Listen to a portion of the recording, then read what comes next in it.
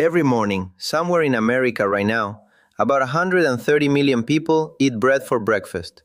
Toast, a sandwich, a bagel, something baked, sliced, wrapped in plastic with a sell-by date 3 months from now. And here is what nobody at the breakfast table is talking about. That bread, the one that has been sitting on your counter since you can remember, may be doing something to your colon that a gastroenterologist cannot fix with a pill, a procedure, or a follow-up appointment. Not slowing something down, actively dismantling the one biochemical system your body uses to protect itself from colorectal cancer, the second deadliest cancer in the United States, every single morning. The system makes money when you stay sick, not when you get better. Subscribe to Dr. Becker right now and hit the like button. It takes 5 seconds. We are building toward 50,000 subscribers on one principle. The research exists, and most of it never gets translated into language you can act on at breakfast. What I am about to show you, nobody's going to bring up at your next colonoscopy prep appointment. And I want to be direct with you about why. It is not because your gastroenterologist doesn't care. It is because what I am going to describe takes 8 minutes to understand properly, and the average office visit gives your doctor 12. The math doesn't work in your favor. Honestly, when I first pulled this data, I had to reread it twice. I have spent years in this literature. I have read thousands of papers on gut health, cancer biology, and fermentation science. And when I saw the mechanism documented by Dr. Marcus Donohoe at the University of Texas, published in Findings from 2012, I sat back in my chair. Because the implications of what he showed are not a footnote. They are the whole story. What Donohoe documented is that butyrate, a short-chain fatty acid produced inside your colon by bacterial fermentation, selectively kills colorectal cancer cells through a mechanism called HDAC inhibition, while leaving healthy colonocytes completely unharmed. The same molecule, two completely different outcomes, depending entirely on which cell it enters.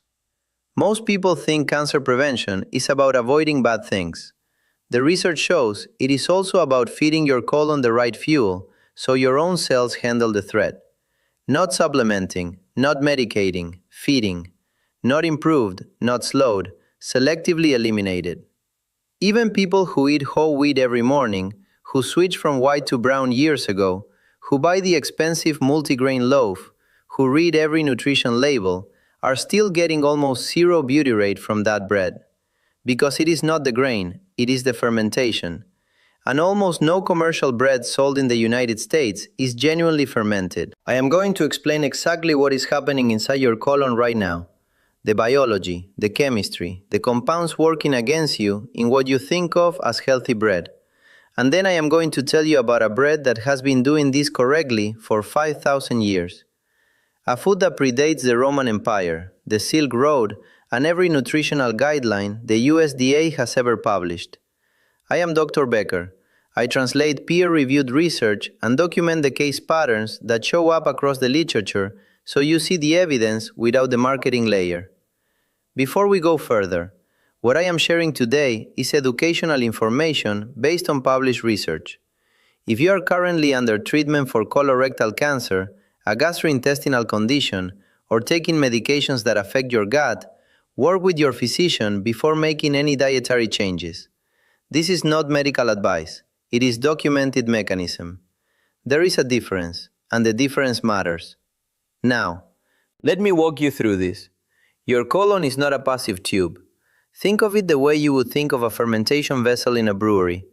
Active, temperature-sensitive, microbially populated, producing compounds that don't exist anywhere else in your body. Approximately 5 feet long, lined with columnar epithelial cells called colonocytes, and populated, in a healthy adult, with somewhere between 38 and 100 trillion microorganisms. A single gram of healthy colonic mucosa contains approximately 100 billion bacteria. More living organisms than there are stars in the Milky Way. That is not a metaphor to make you feel good about your gut. That is a scale that the medical establishment has fundamentally failed to communicate to the public. Your colon is not a waste disposal system. It is one of the most biologically active environments on the planet. These bacteria have one primary job when it comes to your cancer risk: fermenting dietary fiber, specifically resistant starch, into short-chain fatty acids. The three main ones are acetate, propionate, and butyrate. And butyrate is the one that changes everything. It is the upstream compound. Everything else is downstream consequence. When butyrate production is high, your colon's defense mechanisms function. When butyrate production drops, and I am going to show you exactly how modern bread manufacturing ensures it drops, the downstream effects are measurable, documented, and directly linked to colorectal cancer risk. Here is the mechanism. Resistant starch is a form of carbohydrate that your small intestine cannot digest. It passes through your small intestine completely intact, arrives in your colon unmodified, and the bacteria there, Lactobacillus, Bifidobacterium, Roseburia, Fecalibacterium prausnitzii, ferment it. The fermentation product is butyrate. Butyrate then enters colonocyte cells and does something remarkable. Inside a healthy colonocyte, a normal functioning colon cell, butyrate is burned as fuel through normal metabolic pathways. It enters what biochemists call the TCA cycle. It generates ATP. It keeps the cell energized and replicating correctly. Think of it as premium fuel going into an engine that was built for it. But inside a colorectal cancer cell, something entirely different happens. Cancer cells rely almost entirely on glucose for energy, a phenomenon called the Warburg effect. They have largely shut down their mitochondrial oxidative metabolism. They are metabolically inflexible. So when butyrate arrives at a cancer cell, the cancer cell cannot burn it as fuel the way a healthy colonocyte can. Instead, butyrate accumulates. It moves into the nucleus. And then it does something that no pharmaceutical has been able to replicate cleanly at this scale without significant side effects. It inhibits histone deacetylases, HDAC inhibition. This is the mechanism Dr. Donahoe documented at the University of Texas in 2011 and confirmed in 2012. Histone deacetylases are enzymes that silence tumor suppressor genes. In plain English, they act like a lock that keeps your body's cancer-fighting systems turned off. When butyrate blocks those enzymes, when it picks the lock, the tumor suppressor genes reactivate. The cancer cell receives the signal to undergo apoptosis, programmed self-destruction. The cell dismantles itself from the inside. Immune cells clear the debris. And the healthy colonocytes next door? Still fueled, still replicating correctly, still protected. Healthy colonocytes, fueled. Cancer cells, selectively eliminated. The same molecule does opposite things depending on which cell it enters. That is not a miracle. That is biochemistry. That is your body doing exactly what it was designed to do, when you give it the raw material to do it. There is also a second mechanism, and this one operates at the immune level. Butyrate stimulates the production of regulatory T cells, called Tregs, in the colonic mucosa. Think of Tregs as the immune system's peacekeepers. Their job is to suppress inappropriate inflammation while maintaining active surveillance against abnormal cells. They are the checks and balances system of your immune response. Low butyrate means low Treg induction. Low Treg induction means chronic, low-grade colonic inflammation that never fully resolves. And chronic colonic inflammation is one of the most established risk factors for colorectal cancer development over time. This is the upstream problem. The inflammation you cannot feel, the biomarker your doctor doesn't check at your annual physical, the slow erosion that takes decades to become a polyp, and then decades more to become something your gastroenterologist looks at on a screen and removes without telling you what caused it. Now, here is what I discovered was hiding in the data. And this is the part that the commercial bread industry has no interest in advertising. The fermentation is doing something nobody in industrial food manufacturing wants you to calculate. The single most important variable for butyrate production in your colon is not how much fiber you eat. It is whether that fiber has been pre-fermented, because pre-fermentation changes the molecular structure of resistant starch in ways that make it dramatically more accessible to colonic bacteria. It is the difference between handing someone a locked box and handing them the contents already sorted. Wild yeast fermentation, the kind that takes 3 to 5 days, not 2 hours with commercial dry yeast, partially breaks down phytate, releases bound minerals, and produces a resistant starch profile that survives digestion and arrives in the colon structurally primed for bacterial fermentation. The bacteria do not have to work as hard to extract butyrate from pre-fermented starch. The yield is higher, the production is faster, the downstream protection is stronger. Commercial bread does not do this. Commercial bread uses fast-rise yeast, dough conditioners, and a suite of chemical preservatives that specifically prevent fermentation. Because fermentation shortens shelf life, makes industrial baking unpredictable, and cannot be standardized across the kind of production volumes that a national bread brand requires. The bread that costs $5.99 and lasts 60 days in your pantry has had fermentation industrially engineered out of it. What remains is a structurally intact loaf with essentially none of the biological activity that makes bread nutritionally meaningful for your colon. It looks like food. It performs like food in your mouth, but in your colon, it arrives as processed starch with no fermentation history. And your gut bacteria, deprived of the resistant starch substrate they depend on, produce less butyrate. Less butyrate means less HDAC inhibition. Less HDAC inhibition means tumor suppressor genes stay silenced. The cancer cell gets a quieter environment to operate in. And what remains is worse than nothing. Let me give you the additive picture, because the absence of fermentation is only part of the story. The ingredients list of the average commercial bread loaf is doing additional damage that compounds the fermentation deficit in ways that are, frankly, staggering once you read the data. Potassium bromate, still legal in the United States, banned in the European Union, the United Kingdom, Canada, Brazil, China, and several other jurisdictions. The International Agency for Research on Cancer classified potassium bromate as a Group 2B possible human carcinogen in 1999. That classification is now over 2 decades old. It is used as a flour improver in commercial bread manufacturing.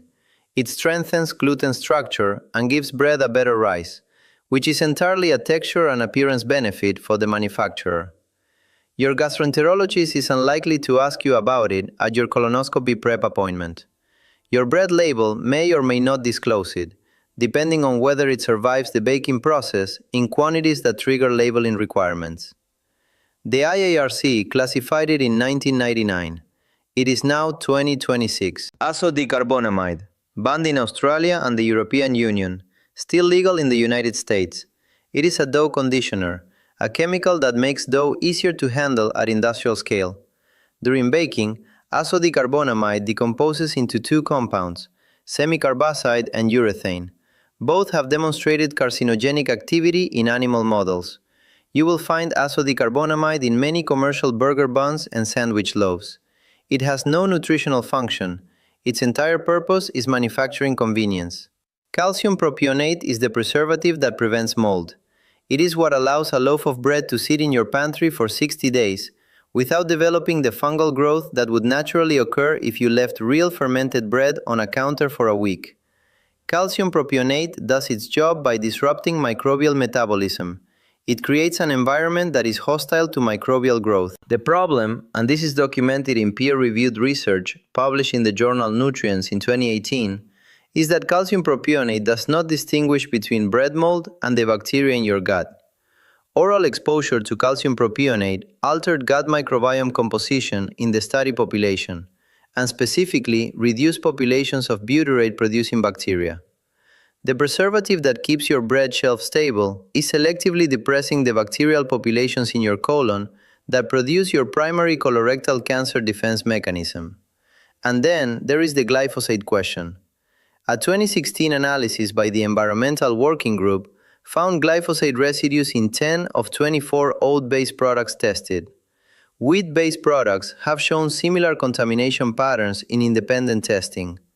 Glyphosate's mechanism of disruption includes inhibition of the shikimate pathway, a pathway used by your gut bacteria, not by your human cells. Glyphosate selectively impairs the metabolic function of bacteria that use that pathway, including key butyrate-producing species like Faecalibacterium prausnitzii. The bread industry has, through its supply chain choices and additive selections, created a product that is actively reducing your colon's ability to protect itself at every level of the mechanism simultaneously. There is no prescription for fermented bread. no insurance billing code for butyrate, no pharmaceutical patent on TEF. That is exactly why you have never heard this from your gastroenterologist. The 12-minute appointment is not built for mechanism. It is built for triage. Now I want to tell you about a case I reviewed that made this mechanism human for me. Because data alone does not do what a story does. A woman I will call Alemitu, 68 years old, retired school teacher, originally from Bahir Dar in the Amhara region of Ethiopia. She relocated to Minneapolis in 2019 to be closer to her daughter and grandchildren. Alemitu had lived her entire adult life eating injera, the spongy, porous, distinctively tangy fermented flatbread made from teff, a grain that has been cultivated in the Ethiopian highlands for approximately 5,000 years. She ate it twice a day, every day, the way someone in the American Midwest eats bread. She made it at home, using a 3-day wild yeast fermentation process her mother had taught her, and her mother's mother before that. A process unchanged from the way it had been done for generations. She did not think of it as a health practice, she thought of it as breakfast. In 2014, she had a routine colonoscopy in Ethiopia.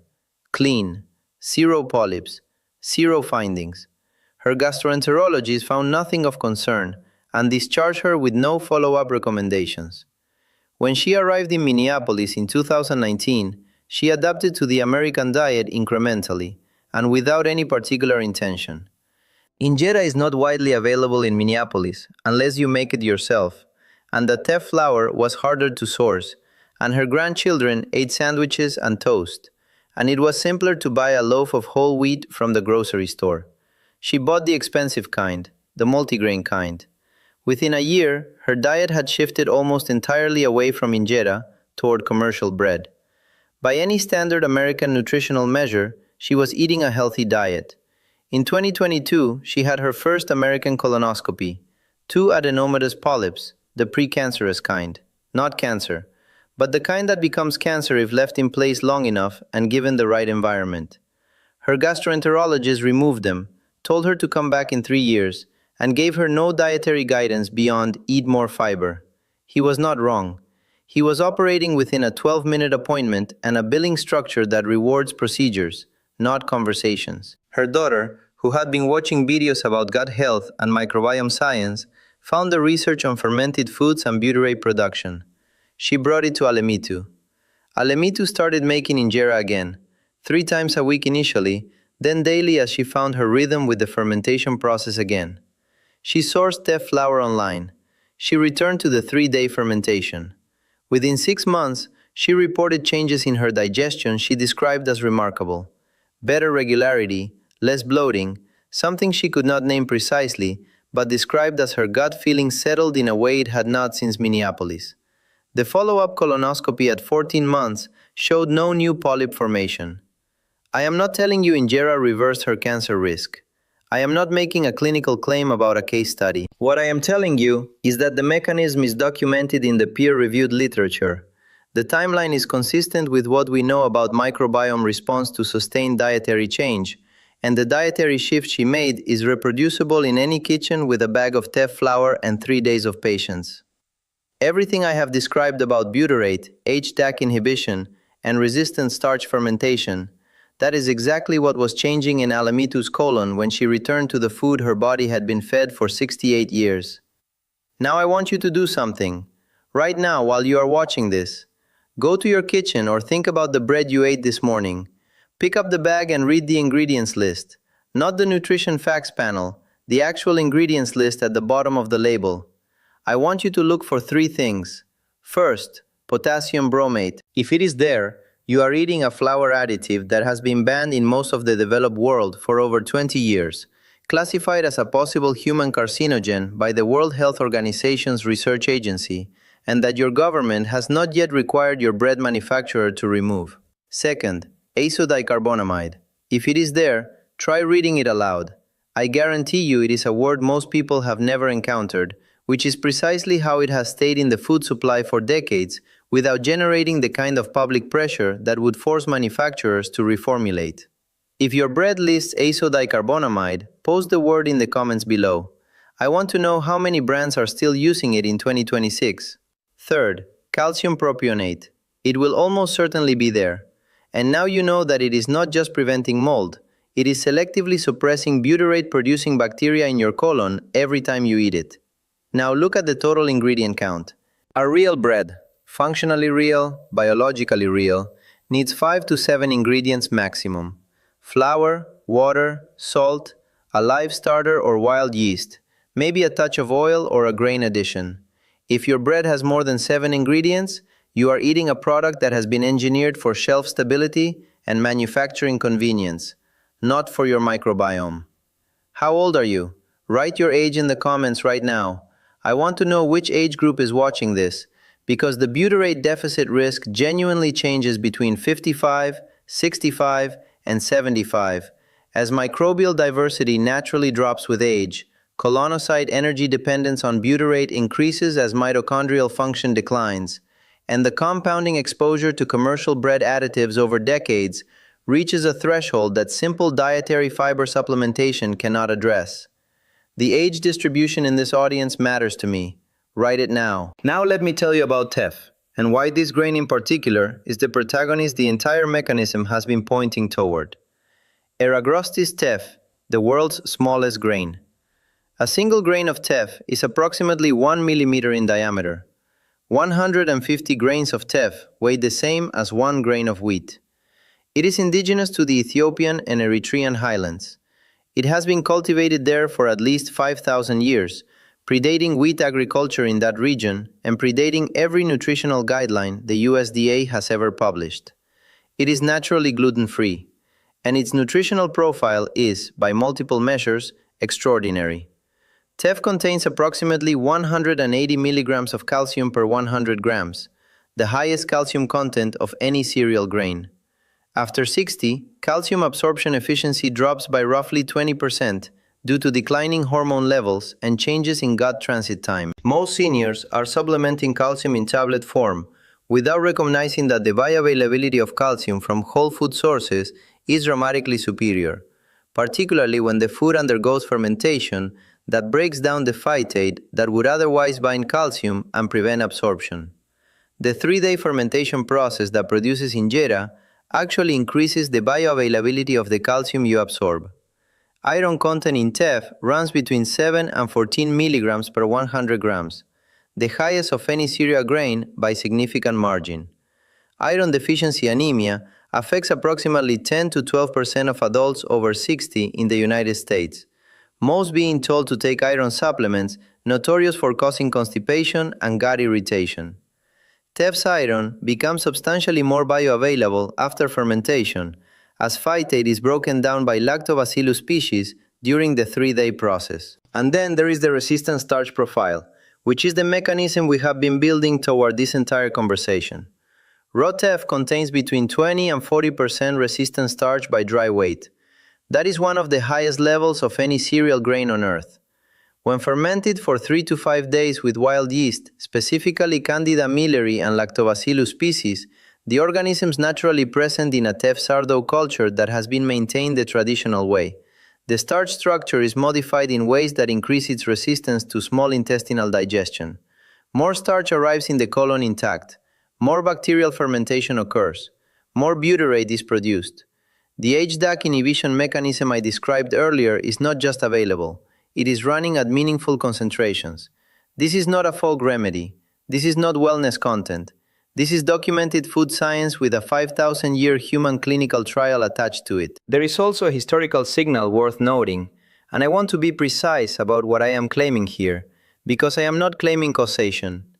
Ethiopia, despite being a lower resource country with significantly limited access to colonoscopy screening and early cancer detection infrastructure, has some of the lowest documented rates of colorectal cancer in Africa, according to Globocan data, the World Health Organization's Global Cancer Registry. Correlation is not causation. I know that. The data does not prove injera prevents colorectal cancer. But when you pair the epidemiology with the mechanism, when you have the biochemistry on one side and the population-level outcome data on the other, pointing in the same direction, and then you document what happens to individuals like Alemitu when the diet changes, the signal becomes harder to dismiss. The upstream mechanism predicts the downstream outcome, and the downstream outcome is consistent with the prediction. The Ethiopian Orthodox Christian tradition, which traces its origins to the conversion of the Ethiopian royal court, has maintained injera at the center of its communal food culture for millennia. Injera is not just bread in Ethiopian culture. It is the shared surface from which all food is eaten. It connects people across a table. It is made with care, over days, in a process that requires a patience that commercial food manufacturing has no tolerance for and no economic incentive to replicate. I mention this not to romanticize a food tradition, but because the 5,000-year continuity of this food is itself a form of evidence. Cultures do not maintain foods for millennia unless those foods deliver something. They do not preserve fermentation practices across generations unless the fermentation is doing something the unfermented version cannot. Now I want to give you the practical protocol. I call this the fermentation reset. It is 3 steps. You do not need to move to Ethiopia. You do not need special equipment, a starter culture kit, or a fermentation certification. You need to understand what fermentation does and replicate the conditions that allow it to happen. The biology is not complicated. The patience is the only barrier. Step 1. Source teff flour. This is now widely available online. Bob's Red Mill carries it, and several Ethiopian grocery suppliers ship nationwide. You want whole grain teff flour, not a teff blend or a product that mixes teff with wheat or other grains. Whole grain, single ingredient. Budget approximately $8 to $12 per pound, depending on sourcing. 1 pound makes approximately 4 to 6 injera rounds, which is a week's worth of bread for one person. Step 2. Ferment for a minimum of 72 hours. This is the non-negotiable variable. The injera fermentation process is straightforward. You mix teff flour with water in a 1 to 1.5 ratio by weight. 200 grams of teff flour, 300 grams of filtered water if you can manage it, though tap water works in most municipalities. You cover it loosely with a cloth, not an airtight lid, because the wild yeast present naturally in the flour and in your kitchen air needs oxygen to reproduce. You leave it at room temperature for 72 to 96 hours. In warmer weather, 72 hours is sufficient. In a cool kitchen, anything below 68 degrees Fahrenheit, give it 96 hours. You will see bubbling beginning around the 36-hour mark as the lactobacillus populations establish and begin producing lactic acid. You will smell sourness, a clean, yogurt-like sourness, not a putrid or sharp chemical smell. That sourness is exactly what you want. That is the lactic acid. That is the wild yeast doing what wild yeast has done for 5,000 years. If it does not smell sour after 48 hours, your kitchen is too cool. Move it somewhere warmer, near an appliance that generates ambient heat, or in an oven with just the light on. Step 3. Cook and consume daily. Traditional injera is cooked on a flat clay pan called a mitad in Amharic, but a non-stick pan or a large cast iron skillet works perfectly.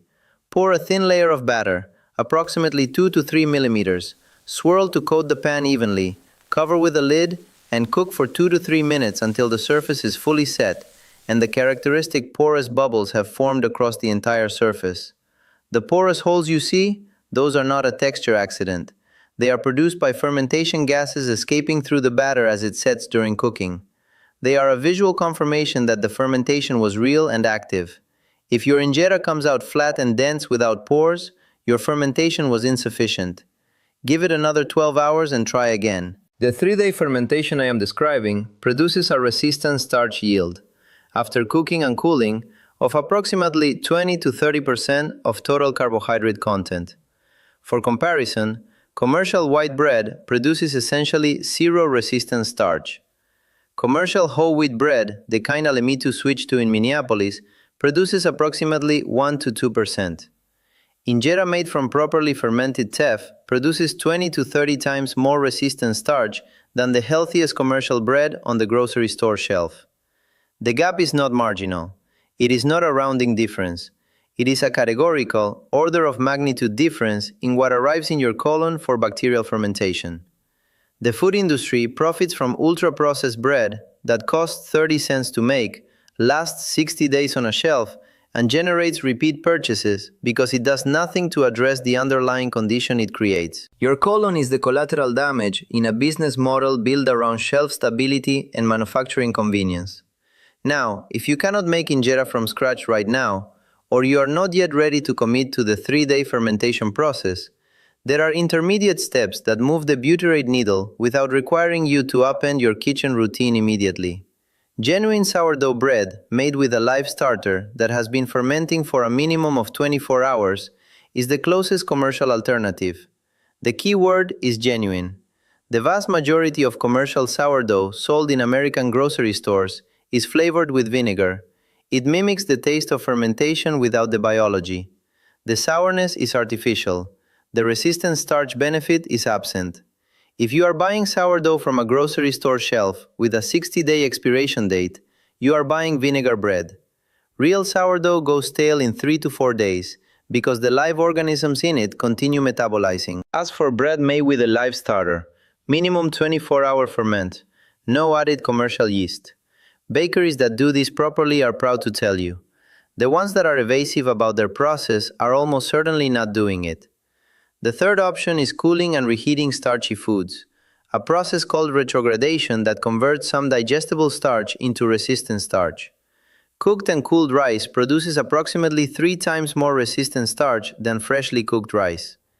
Eating injera at room temperature rather than directly off the griddle similarly maximizes its resistant starch yield. These are not replacements for fermented teff, but they move the butyrate needle in the right direction while you build toward the full fermentation practice. Your doctor has 12 minutes. This mechanism takes 8 to understand. That gap, that systematic gap between what the research shows and what gets communicated in a clinical setting, is what this channel exists to close. Before I give you the protocol summary, I need to be clear about when this conversation stops and a different conversation needs to start. If you have blood in your stool that is not explained by hemorrhoids, you have already had evaluated, go see your gastroenterologist this week. Not after you finish this video, this week.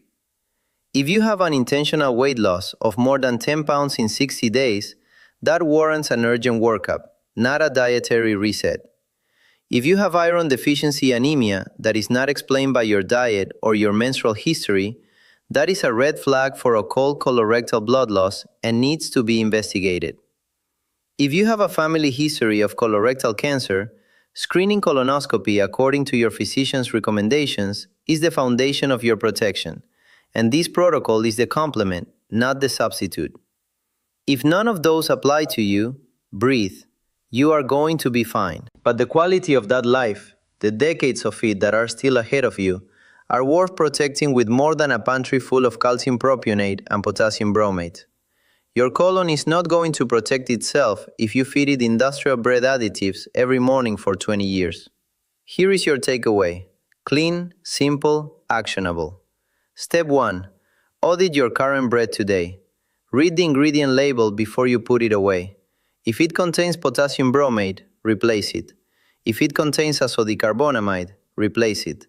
If it contains calcium propionate and more than 7 total ingredients, replace it and know that the replacement you buy from the same grocery store aisle is almost certainly carrying the same additives under different brand names. Step 2. Source teff flour this week. Whole grain. Bob's Red Mill or Ethiopian grocery suppliers online. Order it before you close this tab. Step 3.